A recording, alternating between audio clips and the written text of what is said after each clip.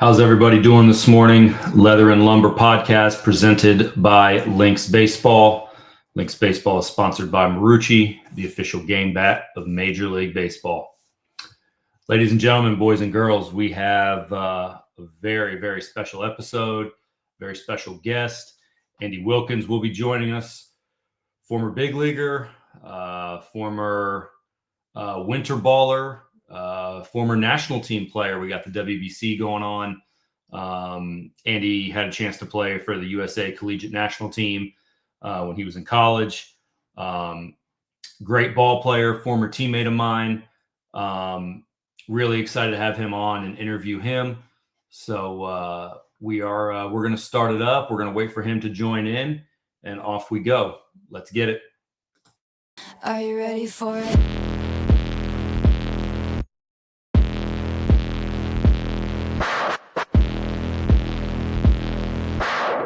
Whoop, whoop. Here I come. Oh. Here I come. Oh.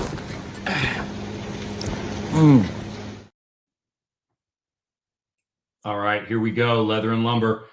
Let's start off. A first for us as an organization. We had our first player play in the World Baseball Classic, Max Prejda, Czech Republic, in Japan in the Tokyo Dome against Korea. Starting lineup, hitting ninth, playing right field as an 18-year-old kid, playing against the best players in the world. Was 0 for 1 with a walk. I believe he had a stolen base. Just an amazing scene. Watched him play yesterday morning. It was early. It was 8 a.m. our time, but got a chance to watch Max play on the world stage, which was really cool. I got a chance to coach him.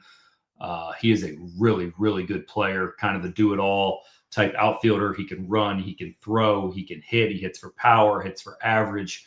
Now he gets a chance to show what he can do on the world stage in front of pro scouts. If you ask me, he has a chance to be our 6th draft pick from the organization in our 5 years. We also got 2 more that have a really good chance in Jelly and Juju. But Max getting a chance to play in the World Baseball Classic is just an awesome thing. So proud of him. So excited to watch him compete at that level. A lot of professionals playing in the WBC. So very, very excited to watch him and his journey through the Classic. Had a couple standout performances this week. Former players, current players. Former player Hayden Heath, William Peace, 2 knocks, stand-up double, CNI single, had a couple of RBIs. I think he's 5 for 11 to start his college career. I don't know if that's good or not, but somebody told me it was. Just a great kid, hard worker. I talk to him often. He actually comes to see me probably once a week. We do some hitting stuff, just kind of, getting him right, getting his mind right, getting his swing right, making sure that he's doing the things necessary to compete and to give himself the best possible opportunities to succeed. So Hayden off to a really hot start. Shane Jelvineski threw a gem the other night down in Georgia. He's off to a good one. I think the team's, undefeated. They've won a lot of games so far. I think they're like 5 or 6-0, which is really awesome. But Jelly, 1 hit over 5 innings. I think he had 8 strikeouts. Typical stuff that we kind of see from him. Carter Deerdorf hit a home run playing up at Pitt in the ACC. That guy can really, really play. He is really good. And then shout out to our guys out in spring training doing their thing. TJ Ford, Ty Harvey. We got a couple of others, Yahil, John Lopez, and Brian Gonzalez, all trying to make their teams out of spring training. And speaking of the former big leaguer, Andy Wilkins, welcome, my man. How are you? How are we? Good, man. It's good to see you. I love it. I like that background. That's nice. I like it. We're going to change mine up a little bit so maybe we see yours a little bit more. Okay, so let's start I kind of want to start with your background. I know you were a two-time draft pick. You did go to college, 25th round by the Rangers out of high school. Is that right? That's right. Yeah. And then White Sox in the 5th round in 2010 out of University of Arkansas. So I kind of want you to start your journey to get to Arkansas first. Yeah, sure. So first off, John, appreciate you having me. Yeah, so the journey to Arkansas. So I grew up in Broken Arrow, Oklahoma. Pretty large town. Most people don't hear of it. Just a little outside of Tulsa. So grew up there my whole life. But yeah, the journey there was baseball ever since I can remember. From kindergarten on, I think I hit my first home run, and I'd have to confirm with my dad. I need to do this, but first home run when I was 6, at a normal size, like I think 220 fence to center. So the only game his mom ever saw me play. So we grew up playing baseball. That was it. Didn't play any other sports. Played a little bit of football in middle school and high school, and then went to Broken Arrow High School and did that. Always had a great, strong baseball career in high school and everything. And then, get to go to college at Arkansas, which was amazing. Went to the College World Series, Team USA, was a 2-time captain there as well. Did the Cape Cod League. That was some of the best times of my life was playing in college. So tell me about the Rangers in the 20th round or the 25th round, and then deciding to go to college. What was the deciding factors? I imagine money had something to do with it. Yeah, money was the big deal, right? I mean, I was a high school kid. We wanted some money if we were going to go to sign, right? And it wasn't necessarily there. But honestly, I mean, look, I could have hung for sure hitting wise. I was always an advanced hitter. That was definitely my strong suit was hitting. I needed to mature physically. I think I was always a bigger kid, but wasn't fully into my body yet. So I think going to college, getting on like a strict workout regimen, getting all of that stuff in line, I think only helped me as I went on. Cause I've seen a lot of high school kids that get drafted and go, and they're not physically ready. I mean, I could have hung, but I think being able to get an extra couple years under your belt, there's a strong difference between being 18 and 21 for a man anyway. And yeah, I think that was the best thing ever. And again, college baseball was the best time of my life. Met my wife in college, got to play in some of the most unique environments ever. I played at the old Rosenblatt, which isn't there anymore. Just experiences that you never get. I mean, you immediately turn into, you're an employee now when you go play professional baseball. So I think still being able to be a kid and enjoy that piece of it while playing some really impressive baseball is really important. And with NIL stuff today, I mean, shit, I would have been doing that. No question anymore. Yep. No, absolutely. I totally agree. So let's jump to 2010. You're drafted by the White Sox. You don't have to share, but do you remember what your signing bonus was? I do. I remember exactly. I'm not going to share it, but I do remember what it was. Do you remember what you bought, the first thing you bought with your signing bonus? I think I bought a new computer. Okay. I think so I'm trying to think. So this is 2010. Yep. I'm trying to think what my cell phone situation was like. I always had an iPhone, but I don't remember like what the capabilities were on it. Sure. But I remember I needed a good computer to be able to Skype and stuff. Like video chat was still really big. I was on the road all the time. So I don't remember if I could do that on my phone or not. But I remember my wife, now girlfriend at the time, we always were video chatting. That was the way we liked to stay in communication. And same with my parents. I signed and I was in Great Falls, Montana, which is a long ways away from Oklahoma. Yep. So we wanted to make sure we could stay in touch. So I think the first thing I bought, and I still have the computer, funny enough, it was an old MacBook Pro. It was brand new at the time. I think it was, I don't know, maybe $1,000 or something. I think that was the very first thing I bought, and a pair of noise canceling Bose headphones. Of course. Gotta have those. Yep, that's right. I remember So I was not a high draft pick out of college. I also did not go to somewhere nearly as good as the University of Arkansas. But my signing bonus, I think I bought. Well, I know I bought an iPod, one of the original iPods. I got an iPod and I got a 30-pack of Miller Lite from Eugene, Oregon. And John Madden and I sat up in our hotel room in Eugene and downloaded a million songs to put on that iPod. I love that. Vividly. That was a good night. That was fun. I love that. Okay, so let's get into pro ball. So 9 years of pro ball. 4 different teams, 5 different orgs? Let's see here. So quick breakdown. It was White Sox from 10 to 15. 2015, I get traded to the Blue Jays. I'm there for a month. I get traded to the Dodgers. Okay. I was there for like 3 or 4 months. I get traded to the Orioles. I was there for the playoffs of the minor leagues. Okay. I get designated for assignment the day before Thanksgiving, which was cool. I then get picked up by the Mariners. It was a funny thing on MLB Trade Rumors. It was like a constant update of me getting designated and claimed. I get picked up by the Mariners, who told me that I've got a real shot to make it here. 3 days later, I get designated again. Picked up by the Rangers, who told me they were going to run me through waivers in 2 weeks, which they did.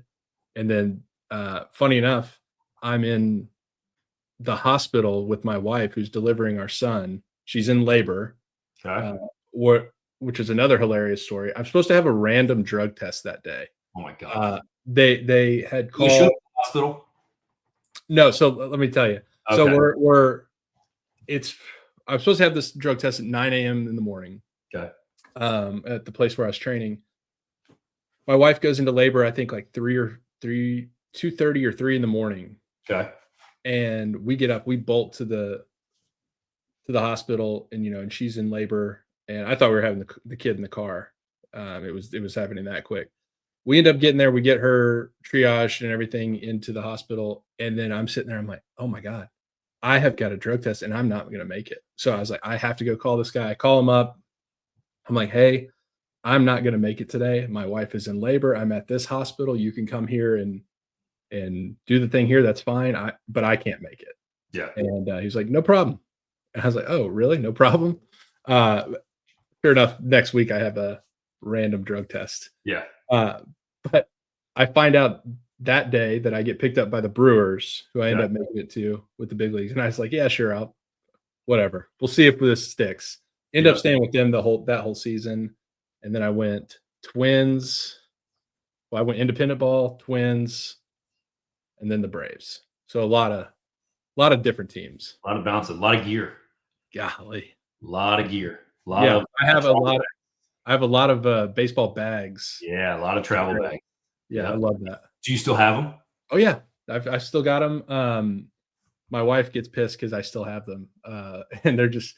But yeah, I love them. The funny thing is like my son does not care about them at all. Like we use my Blue Jays one, I think, for catcher's gear. Yeah, but like he doesn't care about it at all. I've still got a few baseball bat bags too, which is good. Yep. A lot of shorts. Oh, tons of the shorts and the travel bags. I have the most of. Yeah. All those teams. So, and obviously you and I played together in winter ball. We played together in Venezuela. You played in Mexico and the Dominican Republic as well. Yeah.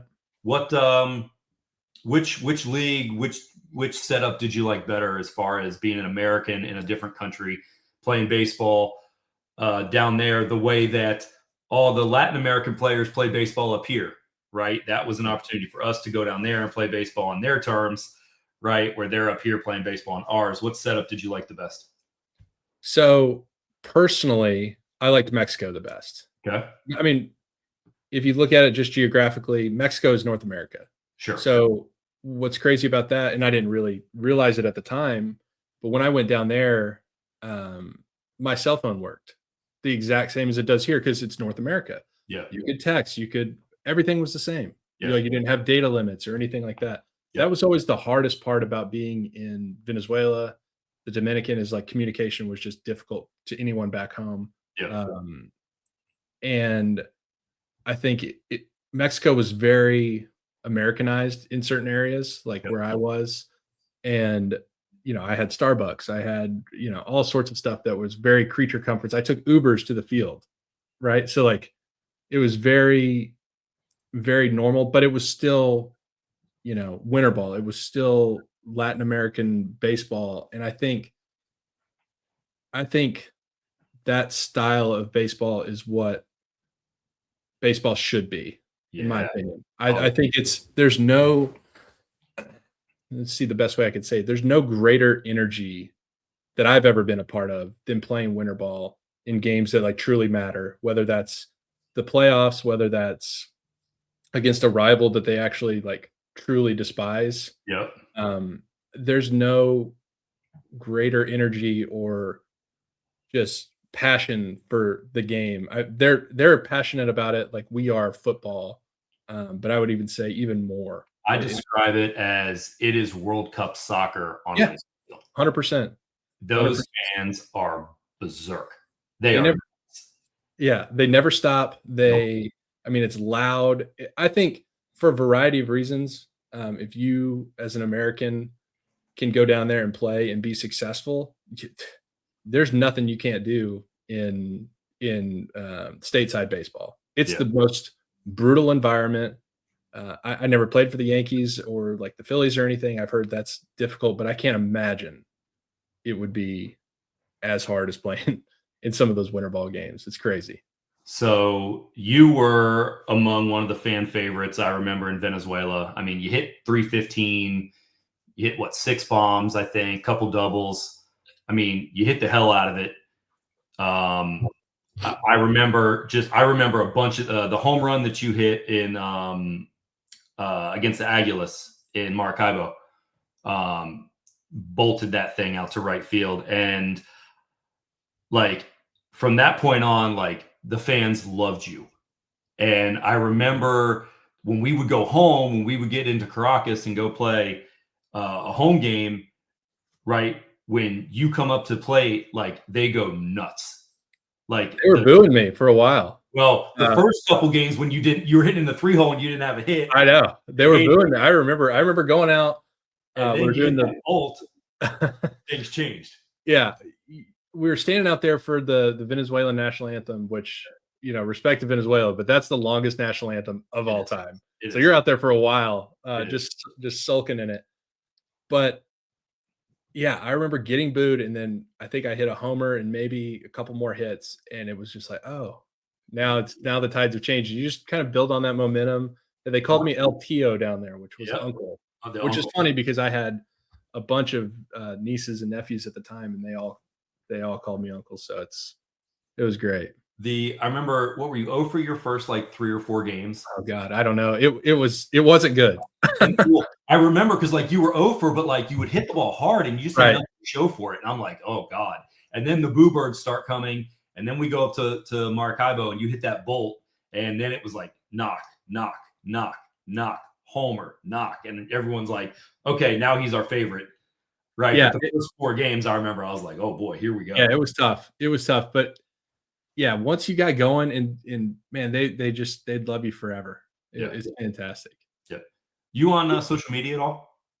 Not really. No. I've tried to, for the most part, stay out of the social media game. I always kind of, I don't know if I was different or whatever, but I always just kind of tried to stay out of it as much as possible. But not really. I'm on it, and every now and then I'll get direct messages, or the people from Venezuela, the fans will tweet at me. Yeah. Be like, hey, what's up? How are you? I'm in Spanish. Hey, what's up? How are you? Like, how's life? How's everything going? Like, it's pretty cool. Like random. It is cool. It's funny you say that. I'm trying to remember exactly what we were having done at our house. I think it might have been like a little bit of decking or maybe some painting or something. But the dude was from Venezuela. Okay.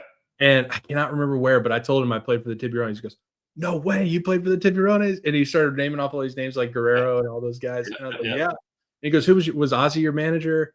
And he wasn't, but who was our manager that year? Tony? Yeah, Tony. What was his last name? I can't remember. Francesco. Yeah, Tony D. Tony D. Yeah. But man, it is cool. I I generally ask, anyone of just Latin descent, where they're from and everything, generally because I care. And Sure. I've seen a lot of, Venezuela, Dominican, Mexico. I've been all over in Mexico as well. So Yep. it's like I always like to know where people are from because I can kind of generally relate some way or another. Sure. Mexico, you played in Culiacan. Is that right? Where at in the Dominican? Uh, what was the name of the town? It was the Aguilas, but I can't remember the name of the town off the top of my head. It's on the very north. You also stayed at Casa de Campo. No. That's the other side. We were Casa de Campo was here. We were up here. Yeah.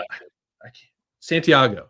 Okay. I believe that it was, which was cool. Like Dominican was fun, but I hated the travel there because we were at the top. Everything was a commuter trip, so we were either going, into the capital, and then we'd have to come back. It was tough, but it was cool. My wife was there. She was pregnant at the time, and man, what I love about Latin culture in general is they just love kids. Like there's kids running in front of TVs and stuff, and everybody's having a good time. Nobody cares. If it was here, people would kind of get pissed off, but the fact that she was pregnant, like everybody loved that. Yeah. And it was just such a, I don't know, man. Latin culture to me is incredibly, I don't know. I love it. I think it's great. I tell everybody, like, I played, I was in the big leagues for 2 months total. And, I was in Venezuela for 7 years. And to this day, like playing in the big leagues is fun, right? It's really fun. You can't beat the money, right? I got to be in the Yankees-Dodgers series in 2010. Like I pitched against the Cardinals and, pitched in Citi Field against the Mets, but nothing compares to La Guaira and Caracas on a Friday night or a Saturday night. And it's just berserk. Like It's insane. It's so intense. And the games are 5 hours long. And like, you start at 7, you finish at like 12:30, and you are wired until 4:00 in the morning. Yeah. Games are incredibly long because in between every pitch is like 45 seconds. I'll also never forget. I don't think you had made it down yet at this point, but I remember a bunch of us, the Americans or the gringos as they would call us. Yeah. We were traveling separate from, or I don't know if we were in a separate bus or whatever, but our bus broke down on the way to a game. Okay. And we were like 2 hours late and they delayed the game until we got there. Really? Like, I don't think I've been a part of any Latin American game that ever started on time. No, I probably wasn't there for that.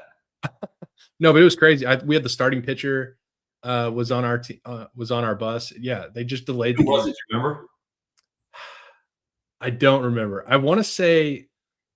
So you remember Brandon Close? Yeah. He was on that. He may have started, even though he was a reliever. Okay. But I don't remember who was starting. Gotcha. Could have been. I think Justin Friend was on that team as well. Oh yeah, El Amigo. Yeah. He Yeah. was my roommate for a while, and I was always great because he spoke the best Spanish. He spoke pretty good. I mean, Tyson Brummett used to speak really good. Yeah. Oh God, I forgot about that. But yeah, regardless, we had the starting pitcher, and it was the craziest thing. Gotcha. That was fun, man. It's a good time. So let's fast forward, right? We get through. We play 9 years of professional baseball. What did the end look like for you? Like, how did the end come about? Was it injuries? Was it just time? Like, what happened? Yeah, injury bug finally. So it was 2019. I was in Birmingham, which I'd played there a ton as a White Sox, and then just my minor league career in general. I never seemed to could have ever gotten out of the Southern League, which was whatever. It was fun. I very comfortable there. Yep. I was playing first base with the Braves, and I was playing first. We picked, I can't remember his first name, but his last name was Basabe. I think he was the fastest guy in the league. Chased him down in a rundown. As I did, I went to tag him. I kind of dove. My knee went just straight in the ground, and it just kind of like was tingly. Felt weird, like like when you hit your funny bone. Yep. And so I went down, and I tried to get up. I tried to bend it. I was like, "Uh-oh, that's not bending." Yeah.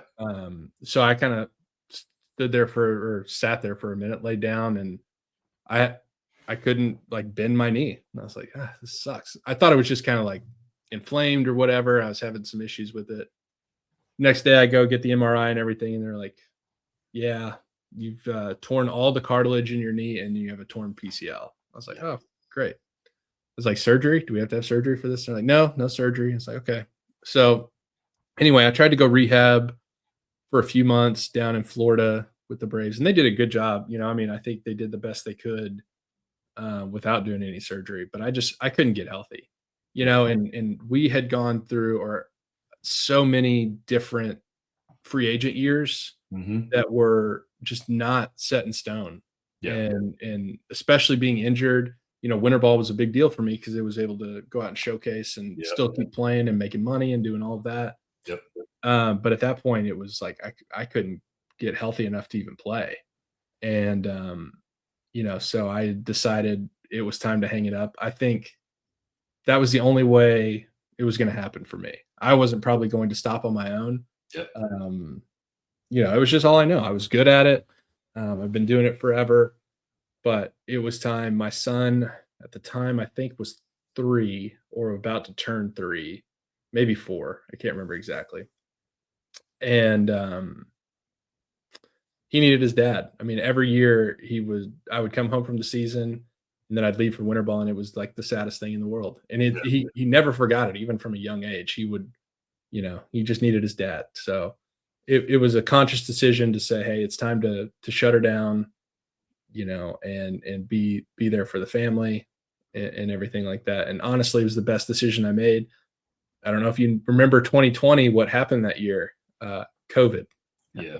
So I probably wouldn't have had a job anyway, and we would have just been stuck, trying to play catch up and trying to figure out how all that goes. And fortunately, I truly believe it was a God thing that, that injury happened and shut me down, and I was able to get on to, my professional career now outside of sports. Sure. And it was probably the best decision that wasn't my decision to be made, but it was the best thing that happened.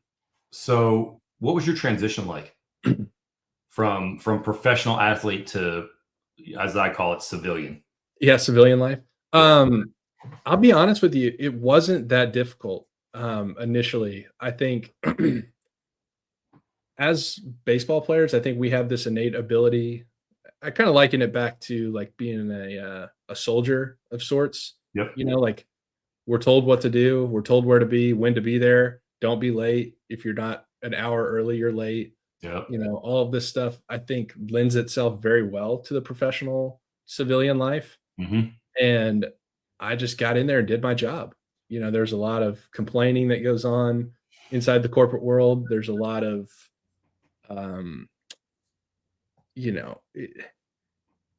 there's a lot of minutia you can get caught up in if you allow yourself. But I think having that background of doing your job and doing it to the best of your ability, I think lends itself very well because it's a clear separator. I mean, we all as athletes want to win. We want to be the best at what we do.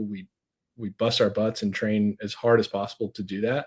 And I think that's what I've continued to do now. And it allowed that transition to be almost seamless. Obviously I had to learn how to sell and, a little bit more about, all that stuff, but that's kind of part of it. And it's what I've enjoyed doing. So it's been good. I think, and I talk about this with a lot of ex-teammates and stuff, is we just miss the banter.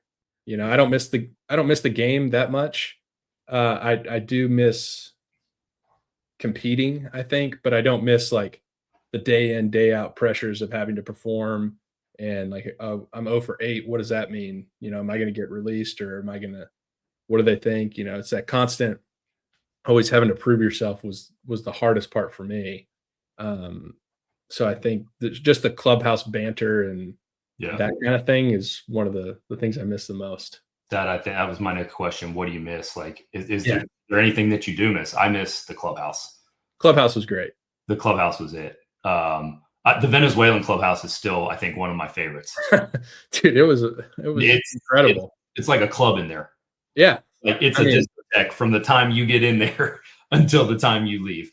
It's again, we liken it back. I mean, it's some of the most fun baseball I've ever been a part of. Yeah. Yeah. I couldn't agree. I think, I miss the clubhouse, but I miss the competition, and I miss the game.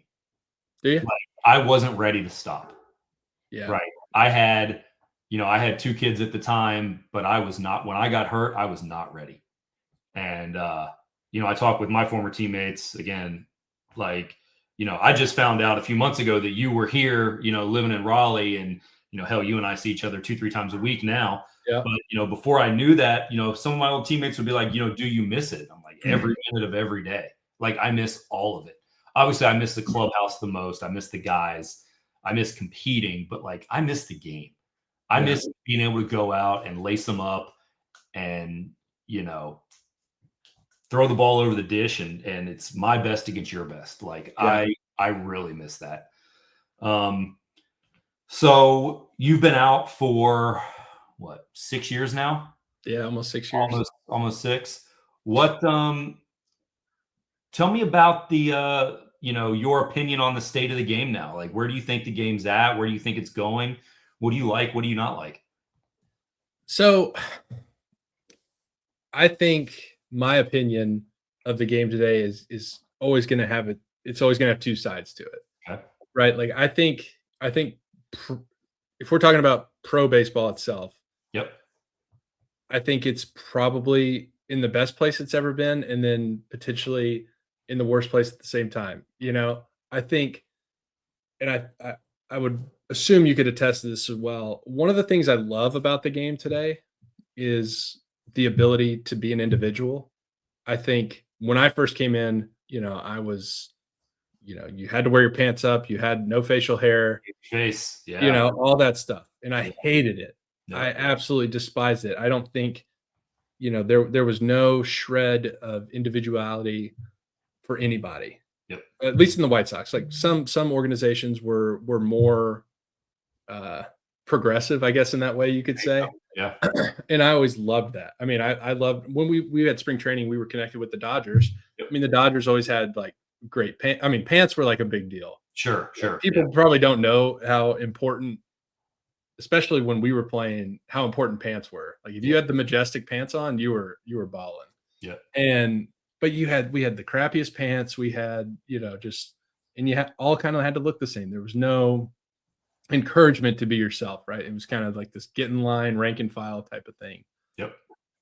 So to see it now where it is, like, I think maybe is it a bit overboard? Sure. But I like the fact that people can go out, and if you want to wear pink batting gloves or whatever, and that makes you feel good and is going to make you perform well, I think that's the thing that I love the most about today's game. I think the individuality is there.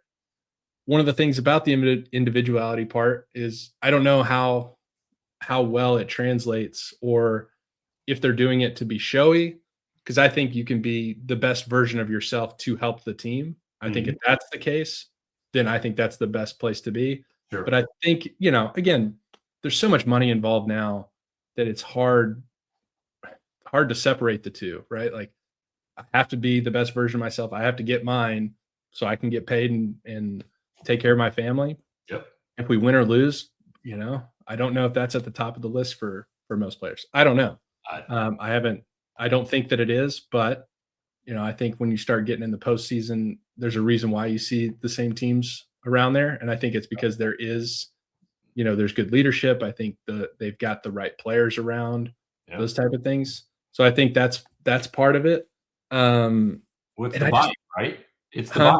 You buy to the goal of the season, and these teams seem to always have the same goals and the same leaders that come through, and all the young guys, all they do is shut up and fall in line.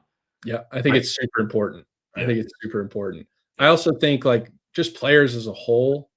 I mean, I know there was some freaks out there, like some, the Bonds and the Griffeys and the Clemens and all that stuff. Like there were great players, but I think overall the game has got the best players around.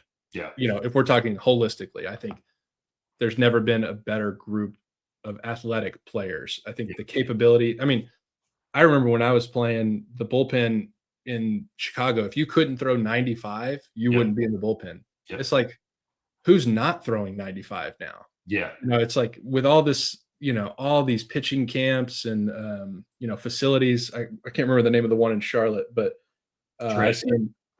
Yeah, yeah. I mean, Trent. dude, they've got coaches that are throwing 100. It's Yeah. like, Those coaches, they throw 100.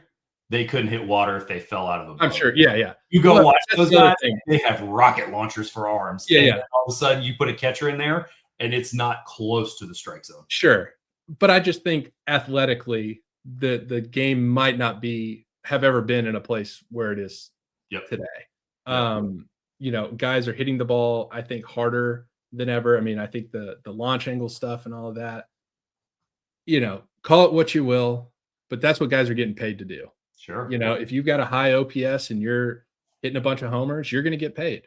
Yeah. If you're moving the guy over from second to third, or getting him in runner from third less than 2, are you getting paid?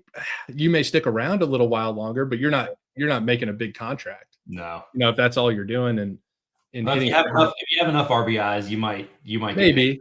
But if you're just high average guys, like they're just Arise doesn't make that much money. He has the highest average in the league the last 4 years. And I played with Luis. Yeah. Like with the Twins and in Venezuela, right? Venezuela, right? In Magallanes. Yeah, I mean, the dude can hit forever. He's got some of the best bat to ball skills I've ever seen. Yep. But they talk about him all the time as him not being valuable, like just from that perspective. Like, I think he's a valuable player because he's a great hitter. Yep. But you're just not going to get paid that. So I don't blame players for doing that. I mean, I was always a power guy, so I was trying to hit homers and all that stuff because that's what was going to get me to the big leagues and help me stay there. So I just think the art of the game, right, is not there anymore. And you hear a lot of people talk about it. Like, not a lot of hit and runs, stolen bases are here and there, but like just the game itself, it's just so matter of fact, I guess. It's like it's either a homer or it's not. And to me, when I look at it, it's all now. Today's game, it's all athleticism and power. Yeah. There's no finesse. There's no craft. There's no artistic value to it. There's no hit and runs, like you were saying. There's no stolen bases. There's no bunt. Like, fuck, no one bunts anymore. No one. I remember, like, when we were playing, our leadoff guy in Venezuela would try to bunt twice a game. Yeah. Just to get on base. Yeah, you're right. I mean, it's everything as hard as possible. It's everything. Yeah. And I think that's why there's so many injuries and things like that. And, I think it's good and it's bad, I think. But to me, that's some of it. I also think the state of the game has never been more accessible, which I think is really, really cool. Yeah. I think that the ability for, like, my son, for instance, he loves Ellie De La Cruz. That's like his guy. Yeah. To be able to see him on YouTube or the TV or whatever, whenever he wants, is something we did not have. Like, we could see like ESPN Sports Center highlights and stuff like that. But I think the accessibility to the game is one thing that is incredibly amazing. I think it's a major benefit for kids these days. So I think that part of it's amazing. So again, I think it's in a great place, and I think it's at a tough place as well, just from guys who have played it and things like that. But it's overall, I think we're going in a good direction. So you mentioned your son. I know he is into baseball. Tell me what you got on, like, youth baseball and coaching nowadays. I imagine you coach him. But what do you have on, like, the game at the youth level and moving, into high school and into college now?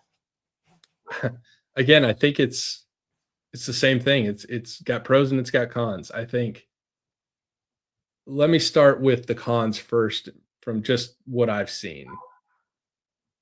And I think this was starting to happen a little bit as we were younger. I mean, Perfect Game was starting to come around, that the showcase kind of stuff was starting to happen. I mean, the big deal for us, or at least for me, was area codes. Like, everybody wanted to go to the area code games.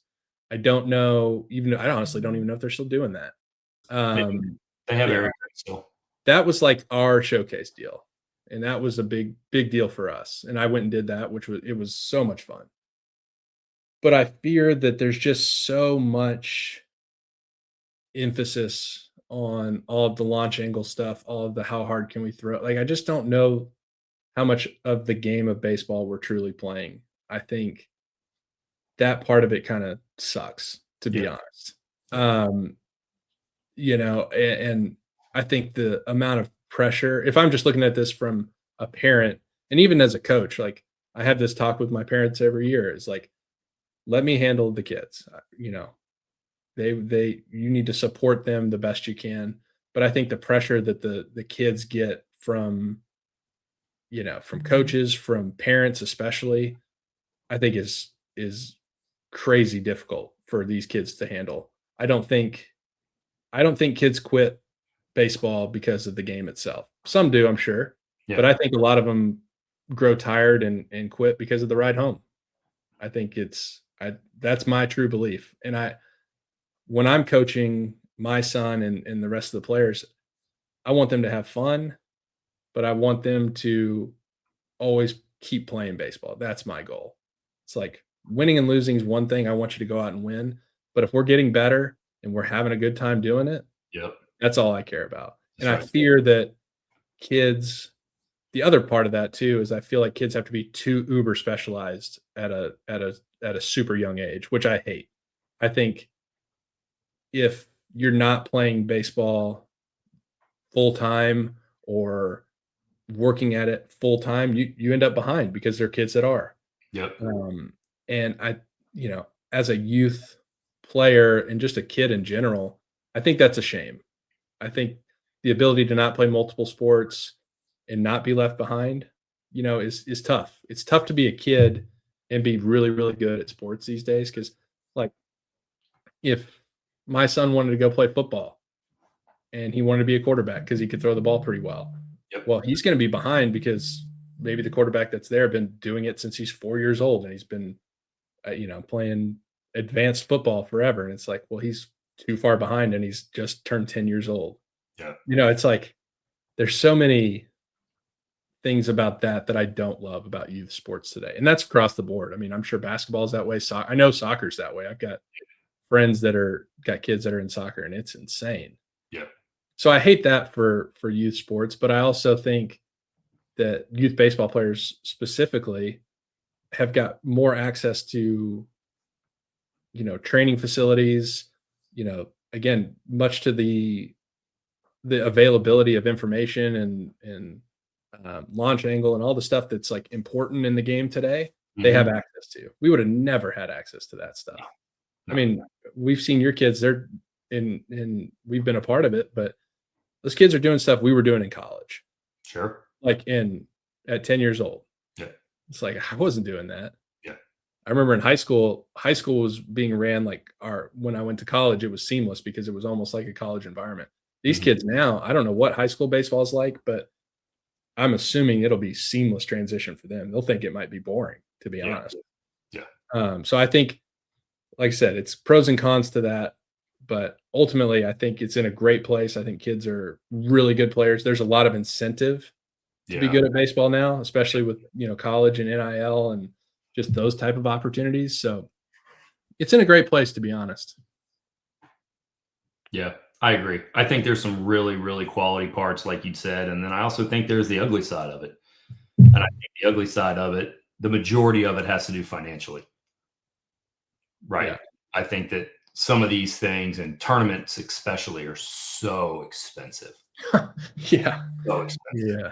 And to find quality coaches, coaching is expensive. And I get it, right? Like the longer your resume, the more money you can charge. And I get it, right? I'm one of those guys. But at the same time, it's like, I've got guys that never played high school baseball that want to coach. And yeah, okay, like you can hit a fungo and you can write a lineup and you can wave guys home from third. But what can you teach them about the game? And that's great. I'm happy to pay you to do that. But should you be getting the same amount of money as a guy like you or as a guy like me that's done it at the highest level? Probably not. But the bad thing is that's what these guys ask for. I know. And you're like, Jesus, man, like, come on. I get it. But damn, So no, I agree with you. So I told you this was going to be a half an hour, and we've already been here for 45 minutes. So we're gonna roll through this. This is our little segment that I've got called the Starting Nine. It's just 9 random things about your career and your kind of taste and whatnot. We're going to start it off with your favorite MLB city, your favorite Major League city to play in. I mean, Chicago was pretty sick. Yeah. Chicago was great. I didn't get to play in a bunch of different, like really cool places. Like I played in Kansas City, Tampa, Cincinnati. Pittsburgh was a great place to be. Yep. PNC is awesome, but I think favorite city, Chicago was up there. Milwaukee was great too. Milwaukee was probably our favorite place to be. Okay. I like that. I never got a chance to make it to Milwaukee. It's a cool place, man. Yeah. Cool place. I want to go. I definitely want to go. At least as a spectator now. All right. So you and I have this in common, played a bunch of minor league baseball. Give me your favorite minor league city. Home or road? Charlotte was probably my favorite home. And I wasn't even living here at the time, but Charlotte was so much fun. Okay. I loved Charlotte. All right. Matter of fact, we almost moved there, and then I got traded to Buffalo. So talk about a change of scenery. Yeah, talk about it. I always thought like the Louisville Indy trip was one of my favorites. Did you play internationally? I can't remember. Yeah. Louisville was a great town. I loved Louisville. Just the area I can't remember the name of that hotel, but the Galt House. Galt House, yeah, that's it. And there were just so many steakhouse. That steakhouse next door was fantastic. Yeah, there was just always so many cool places to go around there. So Louisville was probably one of my favorites. Yep, I love Louisville. That's a great spot. All right, let's go to who's your favorite manager that you ever played for? Yeah, so interesting, but I would take it back all the way to rookie ball. Chris Crone was my man. Crone was the man. Nice. And I've told him this forever. He not only was he good at the baseball stuff, we would do early work and everything. I mean, this was rookie ball. Yeah. But he did all that stuff really, really well. He got the best out of you. But man, we would have these, the talks right before stretch and everything. And man, he taught you as young men, like what to expect, how to act as a player, why to invest in like relationships on your team, like, enjoying the bus rides, all of the stuff that, you don't really think about, the minutia piece. Yep. He kind of taught you to embrace. And I thought it was one of the most enjoyable seasons from like a managerial standpoint. Like I had some great managers and fun guys to be around, but I thought, man, he made a real impact from the get-go. So Crone was the man for me. I like that. All right. Who's your favorite teammate? Gosh, I had so many good teammates, man. Yeah, this is tough. You want to give me a top 3 so you don't single anybody out. You can have. Yeah. So I'll say this. I'll say one of my favorite seasons was in 2016 was with Milwaukee. We had such a good group of guys in there. But we had 2 so Jake Elmore, and then we had Will Middlebrooks as well on that team. Mm-hmm. We hung out all the time. Like we were at Jake's wedding, Will lived with us. We've kept up with all of them very, very closely. And those 2 guys were really, we spent a lot of time together. I mean, we've had a lot of time. So I think those 2 guys were great. But I mean, again, it would be impossible to say that those were my favorite because we had so many. I've been on so many different teams, and each one had, their guys that were great. So, but those were some of the best for me. I like it. All right. This is going to be a tough one. Who's the best player that you played with that never made it to the big leagues? And I'm going to throw a name out there from my perspective when you're done because you may know him. Best player that never made it.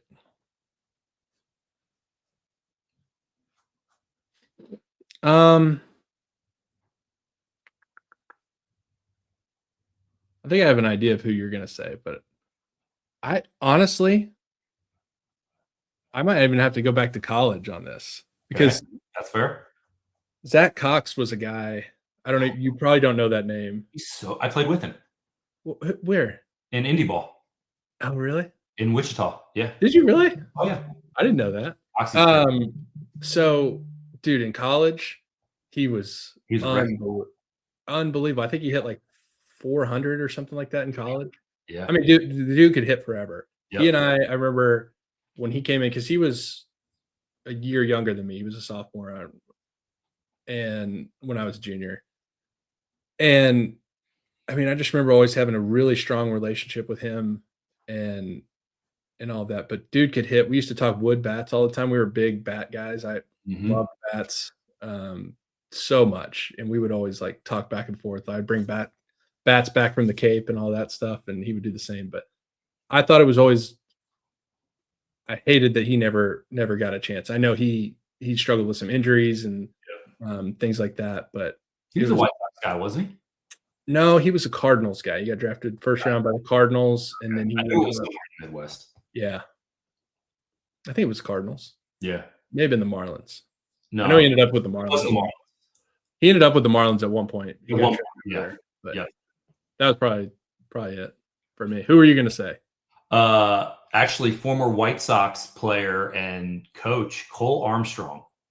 Oh, interesting. I never played with Cole. He was probably on the coaching staff when you were there at some point. Yeah, he may have been. He was the manager in K-Town for a long time. I skipped Kannapolis, sorry. Yeah, but no, I'm just saying, like, he was there. So he would have been on, like, that coaching staff when you were with the White I thought Sox. you were going to say, like, Jared Mitchell. Jared Mitchell would have been another one that I could have said if I would have played. Man, Cole Armstrong, when we were in Double-A, he was hitting like 340 midway through the year and gets called up to Charlotte and hit 500 his first 6 weeks. Oh, no way. Every day. Never And made it. They wouldn't call him up because Przinski was a left-handed hitting catcher, and they didn't want two left-handed hitting catchers. That makes sense. It doesn't make sense. I don't know that it does, but I don't, for the life of me, I don't understand. There were a lot of those kind of decisions that didn't make a lot of sense. Dude, he hit 500 in AAA for a legit 6 weeks. They said it was the most asinine thing they'd ever seen. I don't doubt it. It was just wild. But I think that's my guy. Okay, so you said that you liked Mexico as far as the Winter League stuff. What? So you played Dominican, Venezuela, Mexico. What was your favorite rivalry game in winter ball? Oh, I mean, it was Magallanes, LaGuardia, or not Magallanes, but Caracas, LaGuardia. No question. The atmosphere there was unmatched. Yeah, like Mexico was fun too. I thought, and I didn't. Who's Culiacan's rival? You know what? I can't remember off the top of my head. It may have been. Everybody was kind of Culiacan's rival. Yeah, we got everybody's best when we were there because they, the Tomateros, they were kind of like the Yankees there. So everybody was always, and we had the best stadium. Like everything was great. But yeah, all those games were good. But there's nothing. I don't think there's any comparison to Caracas and LaGuardia. So I dug this up. I'd have to find mine. I think for you. I think I might still have a jersey.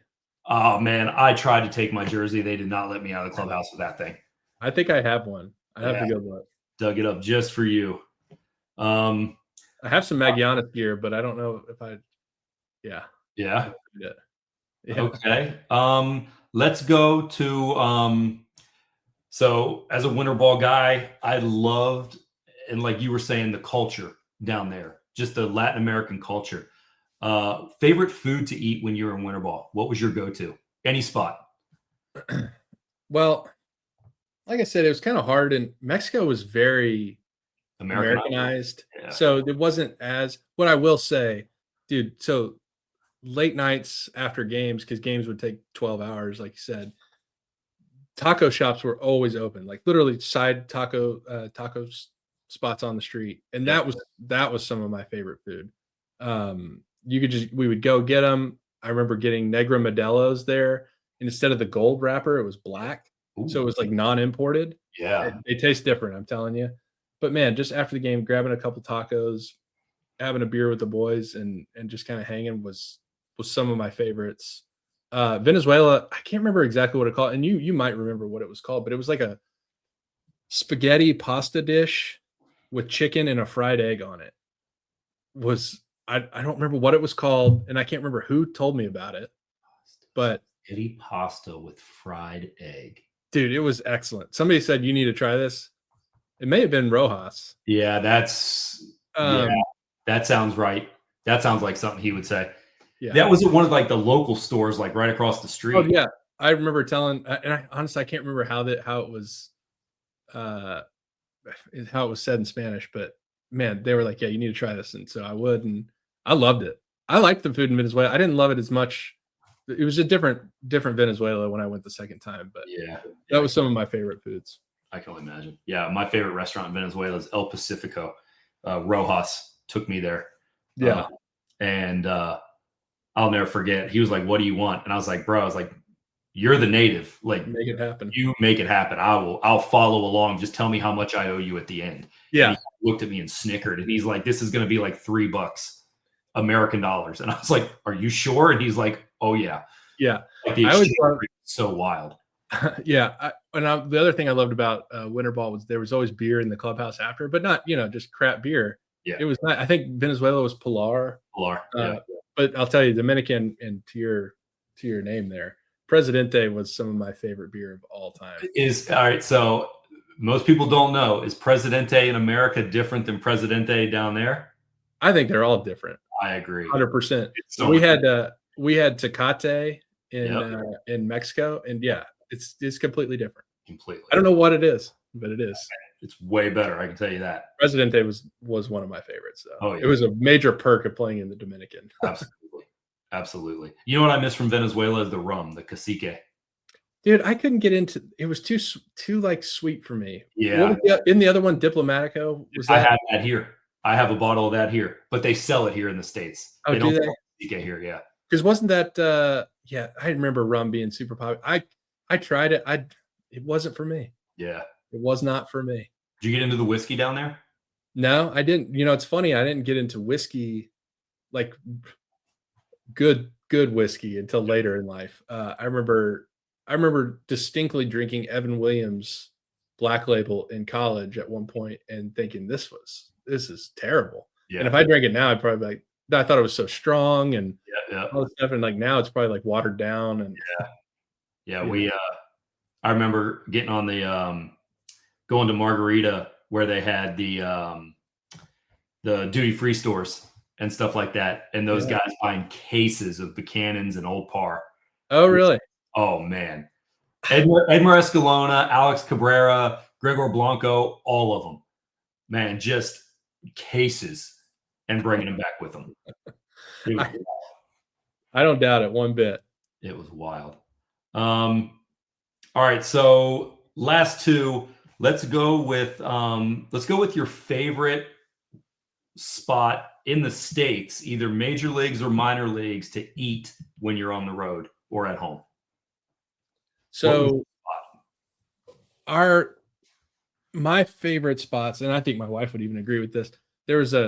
If you do go to Milwaukee, right behind the hotel, and I'm sure all the big league players still eat there,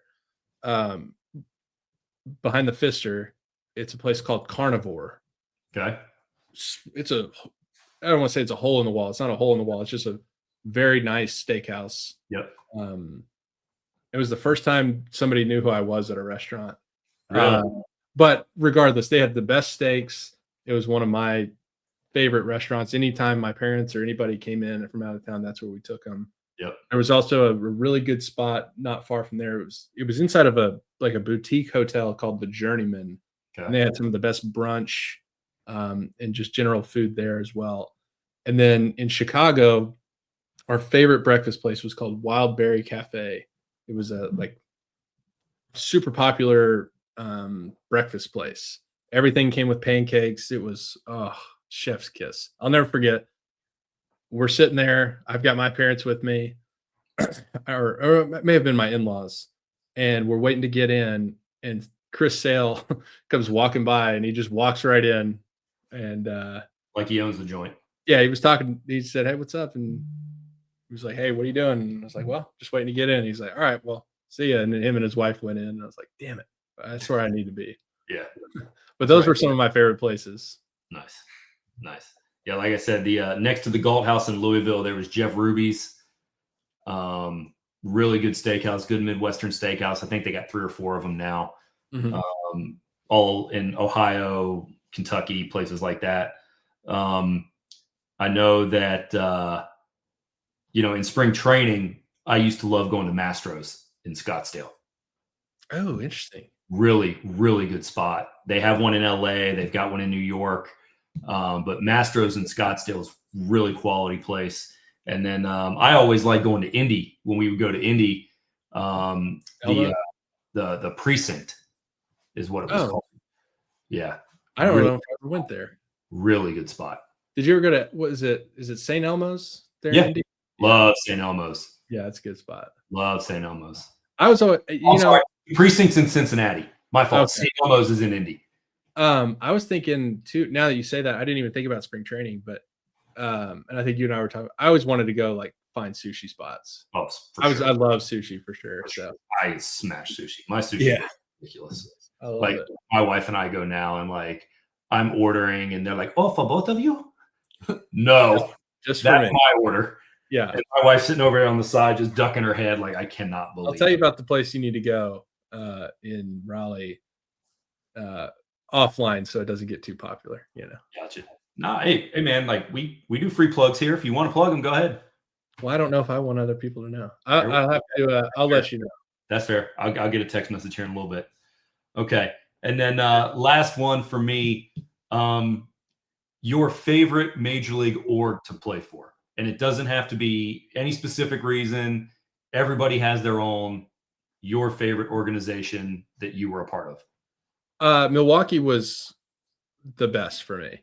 I think overall, if you consider all things considered, right? I believe they are the lowest market team in the major leagues. More than Tampa? I don't think so. I think Milwaukee is lower than them even. Okay. If not, they're very, very, low on the totem pole. But man, they treated their players. I'm telling you, I've never been a part of more hands-on, more I would say focused effort on the players than anywhere that I've been. They did an absolute fantastic job. They took care of the minor league guys. They took care of the big league guys well. It was really impressive to see. I would say holistically, the Dodgers were the best organization. I mean, it was the first time it was when Kapler was implementing all of the the food situation Mhm. with which was fantastic. So I think overall the Dodgers are probably the best, and I think it fully translates why they're so successful now. Yep. But I think from what I was a part of, all things considered, Milwaukee was one of our greatest experiences. Love it. Love it. All right, my man. Well, I have kept you for an hour, and I apologize. I appreciate it, but I apologize. Thank you for doing this. If you ever want to get back on, we'd love to have you back. This was a good time. I'm sure we can tell stories for years on our playing experience. So if you have time to come share some more, I'd love to get you back on. Let's do it, man. That was fun. I appreciate you. Thank you for having me. You got it. All right, buddy. I will talk to you soon. Sounds good, man. I'm out of here. See you, bud. See ya. That was Andy Wilkins, former major leaguer, a good friend of mine. Like I said, we played together. And let me tell you, that guy could absolutely hit. Absolutely hit. Big lefty. And what people didn't know was he had such great plate coverage, right? He would take that ball on the outside half of the plate and had such good coverage, hit the ball over the right field wall. He didn't really like the inside pitch as much. He would kind of stay inside that and hit that ball to center field and left center. But that ball out over the plate, he would smash it to the right field fence, and most of the time hit it over. But thanks to Andy, we appreciate it. That is all from us for now, and we will see you guys next time. I'm out of here.